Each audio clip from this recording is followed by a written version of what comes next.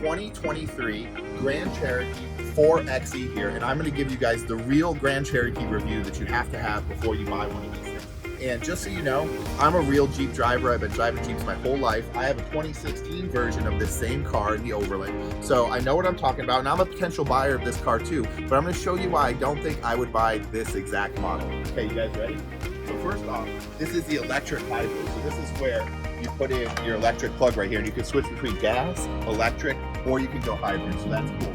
If you look at the wheels down here on the Jeep, I don't like these wheels. There's some models that have bigger wheels, and you can get the 22-inch black rims. I think these are some of the lamer rims, and one of the things you're gonna find about these new Grand Cherokees is there's not a lot of parts out, so you can't mix and match parts the way you're used to on your Grand Cherokee. So there's not a lot of trim levels available for each one, and there's not a lot of wheels available either. So you gotta watch out because, you know, these aren't the coolest wheels on the street, that's for sure. These are kind of old school. If you come over here to the back of the truck, it's pretty simple and basic. Nothing really too new there. What is interesting is this part. This part wasn't on the older Grand Cherokees. It's kind of weird because it doesn't connect to the main body, so it creates like kind of an interesting look for the top of the roof. If you come over here, this grill is nice, but what's interesting about it is it's kind of short, but with the long dash that's in there and the new angle of it, you're going to see how I'm not really a fan of how this looks when you're driving, and I'm going to show you guys. This one is the Overland, you guys. So this is the Overland interior. You'll see that on this one, it has really good black leather with the stitching, and it has the nice wood grain. You see this nice wood grain? But some of the models have a different color wood grain that is not as nice as this, and you can't switch it out. So you can have a certain model that you want to get in this year's Grand Cherokee, and it may have a wood grain that you don't like, and you may be stuck with it. You can't just switch between them as easily as you want, so that's not great. Hop in here, and you can see a little bit about the electronics. Great electronics display right here.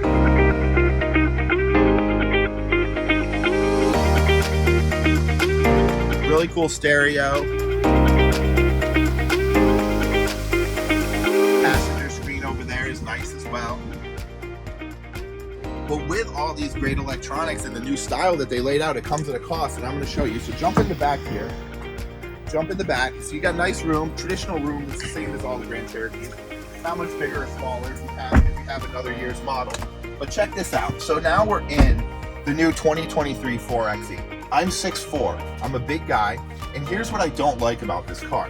On the other Grand Cherokees, right, this is a lot smaller, it's a lot more built in. If you see here, your knee is right here. If I get in an accident, this knee is done. You have the feeling if you're tall, if you drive this car, that even a slight fender bender would destroy your right knee, because the way they built this heavy thing in here. And a lot of new cars, the new Corvette has it, they have this cockpit kind of feel. Personally, I don't like it. I like room in here to drive. And if you look at how this is set up, not only is it huge and it takes up a lot of space, look at that. You see this? You see that? It's flimsy. It's not even really attached to anything.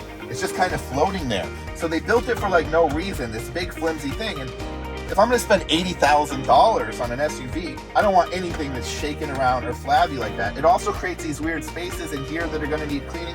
It would be better if you could almost get behind there. Okay, you guys, so as we can see here, the piano black finish is really cool. The park reverse neutral is really cool. The Prindle, as I call it, it's got a really nice feel to it. And the screen is big and it feels nice. You can see everything, it's nice. But if you see how big this is, it's really not great. You see, it's kind of flimsy here, as I was saying.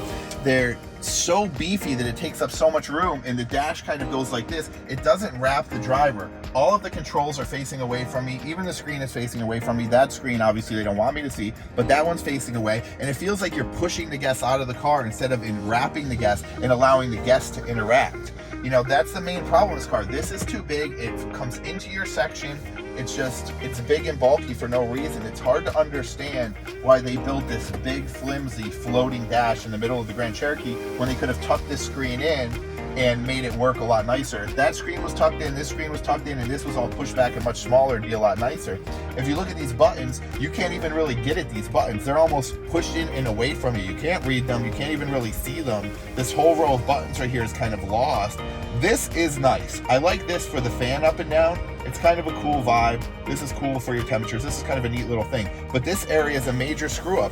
Also, if you notice, this is the Alpine stereo. You have to get way up into the elite models of the Grand Cherokee to get the Macintosh stereo. I've been listening to this stereo. It's not that great. In my 2016, I have a Harman Kardon stereo, blows this stereo away. So you don't even have the option of getting the Macintosh until the higher levels. So the Grand Cherokee, in conclusion, it's a step in the right direction. This is where the electric Grand Cherokees need to go. On the outside, it looks really great. Everything in the electronics is here, but the dash is a disaster. It's way too big. It doesn't make any sense what's going on with the dash. The buttons aren't really accessible here. And so for that reason, with the $80,000 price tag, I'm just gonna have to say no to this Grand Cherokee, because at this price point, I would rather get the Range Rover that's set up better. I'd rather get the X5 M series that's set up better. For $80,000, Jeep has to totally get this organized the right way. And to be honest, for $80,000, they have to improve their service department, because Jeep has a lot of issues in their service department these days. So that's the Grand Cherokee 4xe in conclusion, you guys. That's why I think you shouldn't buy this year's model. Even as cool as it is, they've got to rearrange this dash and figure out what they're doing here before this is really worth the $80,000 investment. Thanks.